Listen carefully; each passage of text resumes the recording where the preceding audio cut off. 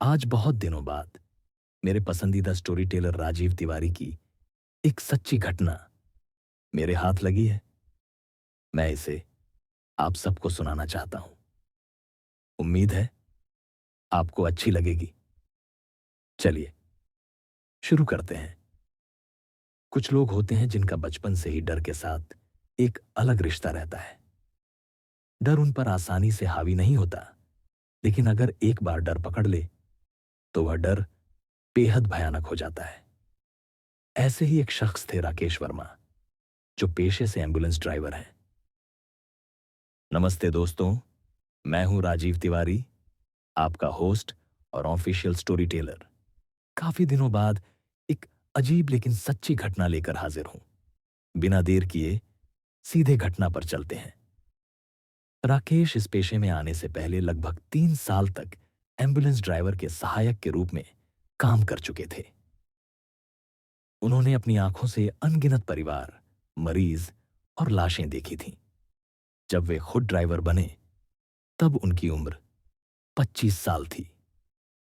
पुराने अनुभव की वजह से उन्हें किसी कठिनाई का सामना नहीं करना पड़ा। वे धीरे धीरे इस पेशे में पूरी तरह रम गए। घटना से एक दिन पहले राकेश अपने घर पर थे। तभी मोहल्ले के एक परिचित बड़े भाई का फोन आया। उन्होंने राकेश को गली के मोड़ पर चाय की दुकान पर मिलने बुलाया। जब राकेश पहुंचे, शाम ढल चुकी थी। बड़े भाई ने धीमे स्वर में कहा, एक परिचित के घर में उनका बेटा चला गया है। असल में उसने खुदकुशी की है। परिवार बहुत इज्जतदार है। वे नहीं चाहते बात बाहर फैले। लाश को रात में रीवा के पास गांव में अंतिम संस्कार के लिए ले जाना है। पुलिस का कोई चक्कर नहीं चाहिए, इसलिए तुम्हें बुलाया है। राकेश ने थोड़ी देर सोचकर कहा, ठीक है, कोई दिक्कत नहीं, लेकिन निकलना कब होगा? जवाब मिला, रात में ही निकलना है, ताकि किसी को पता न चले। राकेश ने पता नोट किया और तैयारी के लिए लौट गए।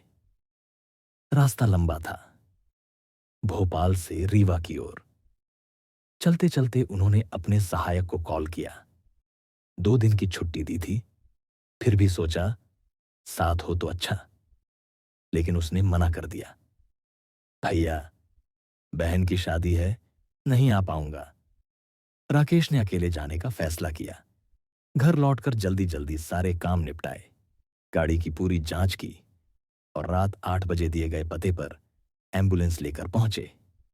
गेट खुलते ही राकेश अंदर गए। 4 मंजिल पर एक मध्यम उम्र की महिला ने दरवाजा खोला। ड्राइंग रूम के बीचों बीच लाल बड़े फूलों वाली चादर से ढकी एक लाश पड़ी थी। घर में कई लोग मौजूद थे। सबके चेहरे थके और रोने से सूजे हुए थे।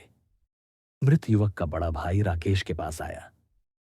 भैया, लाश नीचे ले चलनी होगी। राकेश ने पूछा, इतनी दूर ले जाना है? क्या आपने कफिन का इंतजाम नहीं किया? वह बोला, नहीं भैया, किसी को खबर नहीं होनी चाहिए। यहां तक कि बिल्डिंग वाले भी नहीं जानते, इसीलिए कफिन नहीं लिया। बस आप पर भरोसा किया।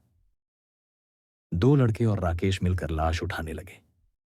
उसी पल राकेश को लगा, ये लाश असामान्य रूप से भारी है। उन्होंने कितनी लाशें उठाई थीं, लेकिन इतना वजन कभी नहीं लगा।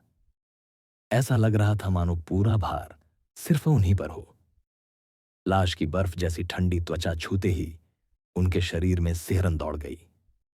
बड़ी मशक्कत से वे लाश को नीचे लाए, एम्बुलेंस का दरवाजा खोला, स्ट्रेचर निकाला और लाश रखकर अंदर चढ़ाई। बाहर निकले तो देखा, 2 और गाड़ियां भी साथ जाने के लिए तैयार थीं। राकेश की एम्बुलेंस बीच में रहेगी, बाकी दोनों आगे पीछे। सबने एक दूसरे से औपचारिक परिचय किया। तभी परिवार का बड़ा भाई बोला, राकेश, रात के 9 बजे तीनों गाड़ियां धीरे धीरे निकल पड़ी। राकेश की एम्बुलेंस बीच में थी। शुरुआत में सब सामान्य था, लेकिन थोड़ी देर बाद आगे पीछे की गाड़ियां ट्रैफिक और स्पीड की वजह से अलग हो गईं। अब हाईवे पर राकेश पूरी तरह अकेले थे। उनके पीछे लाल चादर से ढकी लाश पड़ी थी और सामने फैला था लंबा सुनसान रास्ता। सड़क पर अजीब सा सन्नाटा था। आसमान में पूरा चांद था, मगर गहरे बादल बार बार उसे ढक ले रहे थे। हवा नम थी और किसी अज्ञात डर का एहसास पैदा कर रही थी। राकेश ने सावधानी के लिए एम्बुलेंस का सायरन ऑन किया था, लेकिन अचानक छटाक, एक अजीब सी खड़खड़ाहट के साथ सायरन बंद हो गया। उन्होंने तुरंत गाड़ी किनारे लगाई, इमरजेंसी लाइट ऑन की और बाहर उतरे। चारों तरफ घना अंधेरा था। ठंडी हवा पेड़ों की पत्तियों को सरसराहट में हिला रही थी। मोबाइल की फ्लैशलाइट निकालकर वायरिंग चेक की। सब ठीक था। गाड़ी में लौटे, स्विच दबाया। सायरन फिर नहीं बजा। उन्होंने गाड़ी बढ़ा दी। करीब 5 मिनट बाद बिना किसी वजह के सायरन अपने आप जोर से बज उठा। राकेश का दिल एक बारगी रुक सा गया। उन्होंने झटपट स्विच ऑन ऑफ किया। आवाज तुरंत थम गई। उन्होंने इसे खराब वायरिंग समझकर नजरअंदाज किया और गाड़ी आगे बढ़ाई। तभी अचानक एम्बुलेंस का रेडियो खुद ब खुद चालू हो गया। फ्रीक्वेंसी अपने आप बदलने लगी। खड़खड़खड़ जैसी अजीब आवाजें आने लगीं। उन्होंने टच स्क्रीन दबाई, लेकिन कोई असर नहीं। उसी समय रियर व्यू मिरर में नजर पड़ी। लाश के पास एक काली परछाई। वो बस एक पल के लिए थी और फिर अंधेरे में घुल गई। दिल की धड़कन तेज हो गई, लेकिन उन्होंने खुद को संभाला और स्पीड बढ़ा दी। आसमान अब और भी गहरा हो चुका था। ठंडी भारी हवा एम्बुलेंस के भीतर तक उतर रही थी। कुछ क्षणों बाद ऐसा लगा जैसे कोई उनके कान के पास फुसफुसाया हो। शब्द समझ नहीं आए, लेकिन एहसास हुआ। उन्होंने पीछे मुड़कर देखने की कोशिश की, लेकिन तभी आवाज हवा में विलीन हो गई। अगले ही पल गर्दन के पास से बर्फ जैसी ठंडी हवा का झोंका गुजरा, जिससे पूरा शरीर कांप उठा। गियर बदलते वक्त उनकी उंगलियां कांप रही थीं। सड़क के दोनों तरफ के पेड़ों की परछाइयां लंबी होकर सड़क पर फैलने लगीं, जैसे एम्बुलेंस को अंधेरे में निगल रही हों। राकेश की नजर फिर रियर व्यू मिरर पर गई। उन्हें लगा स्ट्रेचर पर पड़ी लाश थोड़ी सी हिली है। नहीं, यह असंभव है, उन्होंने खुद से कहा, लेकिन दिल का डर बढ़ता जा रहा था। पेड़ों की कतार अचानक खत्म हुई। अब बाईं तरफ बड़ा तालाब और दाईं तरफ खेत। हेडलाइट्स की रोशनी में सड़क पर आगे एक अजीब चीज दिखी। घनी स्याही जैसी काली परछाई, इतनी गाढ़ी कि रोशनी भी उसमें घुस नहीं पा रही थी। राकेश की स्पीड कम नहीं हुई। जैसे ही पास पहुंचे, वह काला आकार किसी इंसान का प्रतीत हुआ। अचानक थम, एम्बुलेंस उस काली रुकावट से गुजर गई, लेकिन ऐसा लगा जैसे किसी ठंडी परत को चीरते हुए जा रहे हों। गुजरते ही पीछे की तरफ से ठक ठक ठक की जोरदार दस्तक सुनाई दी। गाड़ी की स्पीड 70 के ऊपर थी। राकेश का दिल जोर जोर से धड़कने लगा। इतनी तेज रफ्तार में पीछे दरवाजा कौन खटखटा सकता है? उन्होंने घबराकर स्पीड कम की। जैसे ही गाड़ी धीमी हुई, आवाज अचानक बंद हो गई। उन्होंने गाड़ी रोक दी, पानी की बोतल से चेहरा धोया, लंबी सांस ली और खुद को समझाया, सब दिमाग का खेल है। लेकिन फिर भी पीछे जाकर दरवाजा देखने की इच्छा हुई।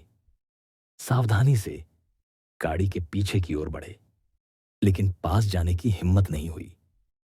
पीछे की खिड़की से झांकते ही सांसें थम सी गईं।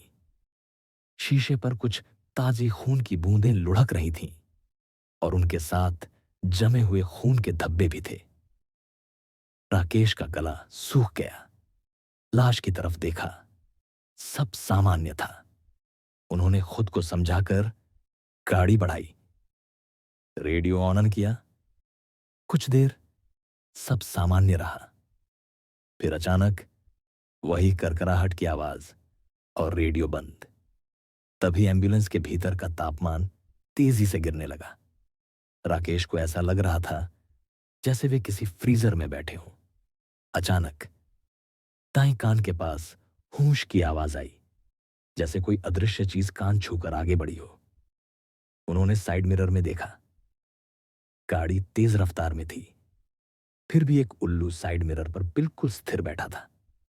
हवा उसे छू भी नहीं रही थी। राकेश ने डर के मारे स्पीड और बढ़ाई, लेकिन उल्लू वहीं जमा रहा। अचानक उल्लू ने गर्दन घुमाई, सीधा राकेश की तरफ।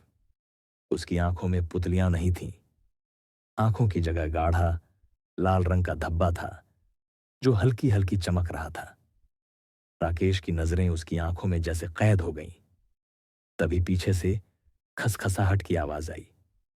उन्होंने हिम्मत करके पीछे देखने की कोशिश की, लेकिन तभी बर्फ जैसे ठंडे हाथ का स्पर्श उनके कंधे पर हुआ।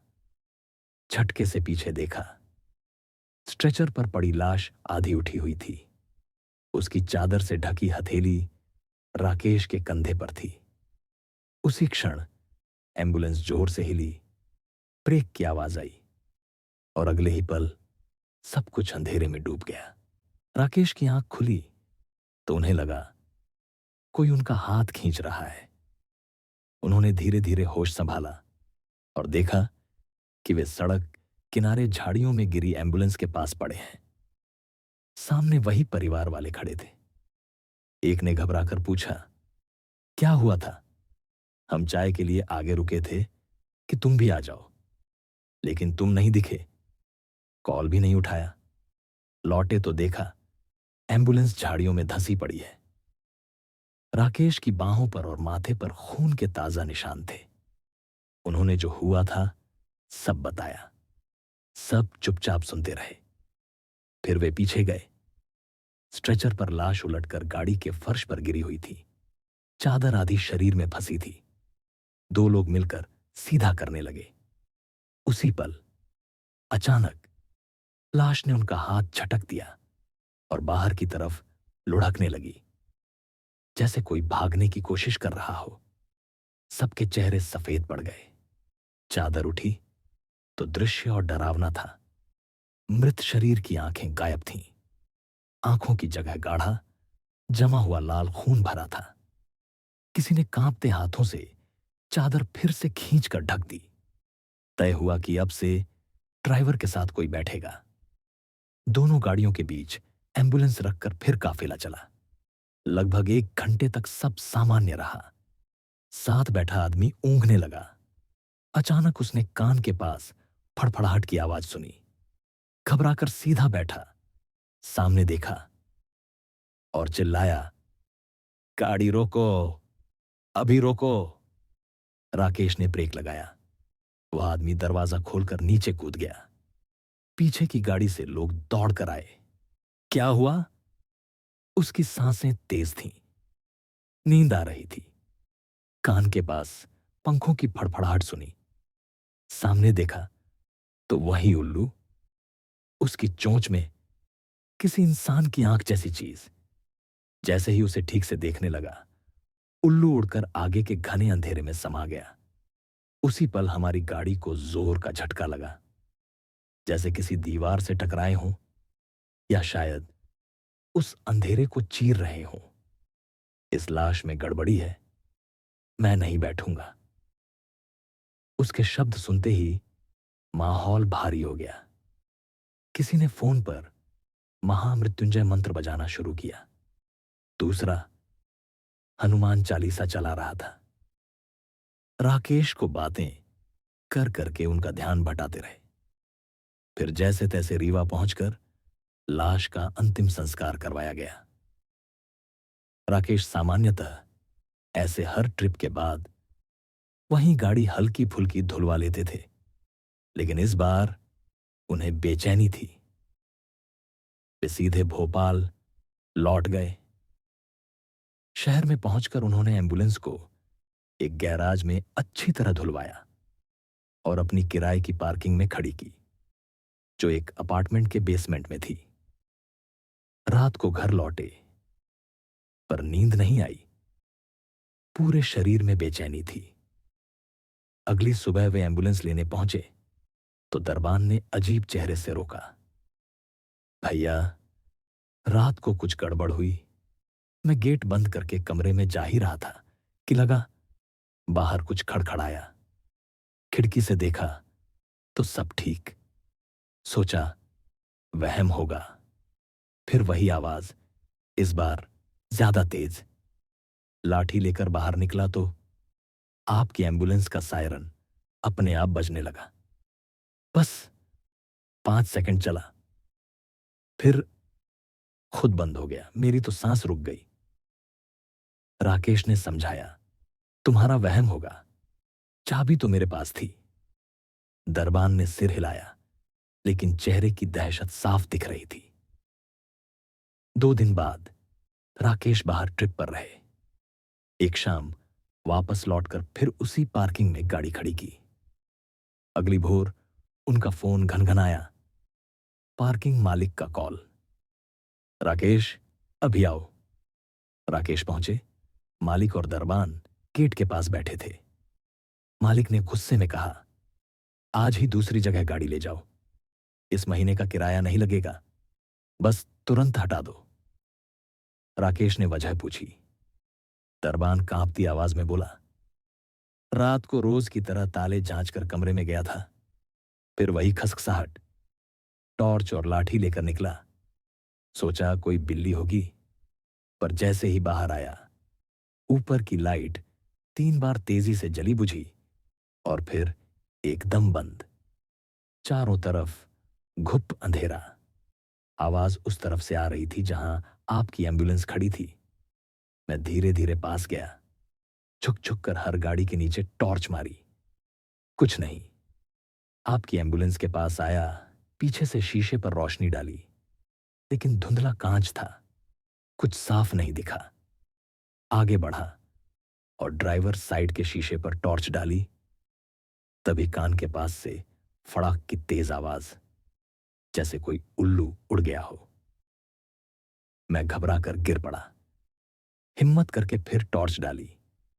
ड्राइवर साइड की खिड़की पर ताजा खून की धारियां थीं, जैसे किसी ने अभी अभी हथेली से खींचा हो। मैं घबरा गया। सामने से टॉर्च डाली और देखा आपकी एम्बुलेंस के अंदर चादर से ढका इंसानी आकार। और उसी क्षण चादर झटके से ऊपर उठी और वो आकृति आधी बैठ गई। उसने सीधा मेरी तरफ देखा, लेकिन आंखें नहीं थीं। आंखों की जगह गाढ़ा जमा हुआ लाल खून। मैं चीखकर ऊपर भाग गया। सुबह मालिक के साथ नीचे आए तो लाठी वहीं पड़ी थी। कांच पर खून सूख चुका था, लेकिन एम्बुलेंस के अंदर चादर और वह आकृति दोनों गायब थीं। राकेश का दिल बैठ गया। उन्होंने एम्बुलेंस वहां से हटाई और दूसरी पार्किंग ढूंढी। पर अगले दिन वही हाल। कॉल आया, ये गाड़ी यहां नहीं रखी जाएगी। कारण कोई नहीं बताता था। हर जगह से मना कर दिया गया। आखिरकार राकेश एक पंडित के पास गए। सब सुना तो पंडित ने गहरी सांस लेकर कहा, यह गाड़ी अपवित्र हो चुकी है, इसे छोड़ दो, बेच दो, नई गाड़ी लो। हनुमान चालीसा पढ़कर काम शुरू करना। राकेश ने वही किया। एम्बुलेंस बेच दी, नई गाड़ी ली। आज तक उस रात की घटनाओं की कोई व्याख्या नहीं, बस एक सिहरन छोड़ देने वाला अनुभव। और हां, राकेश ने पेशा नहीं छोड़ा। शायद जब आप ये कहानी सुन रहे हैं, राकेश फिर किसी सुनसान सड़क पर किसी नई लाश के साथ दौड़ रहे हों। मैं राजीव तिवारी जल्द ही फिर मिलूंगा एक नई, डरावनी, सच्ची घटना के साथ। तब तक भगवान आपका भला करे। शुभ रात्रि।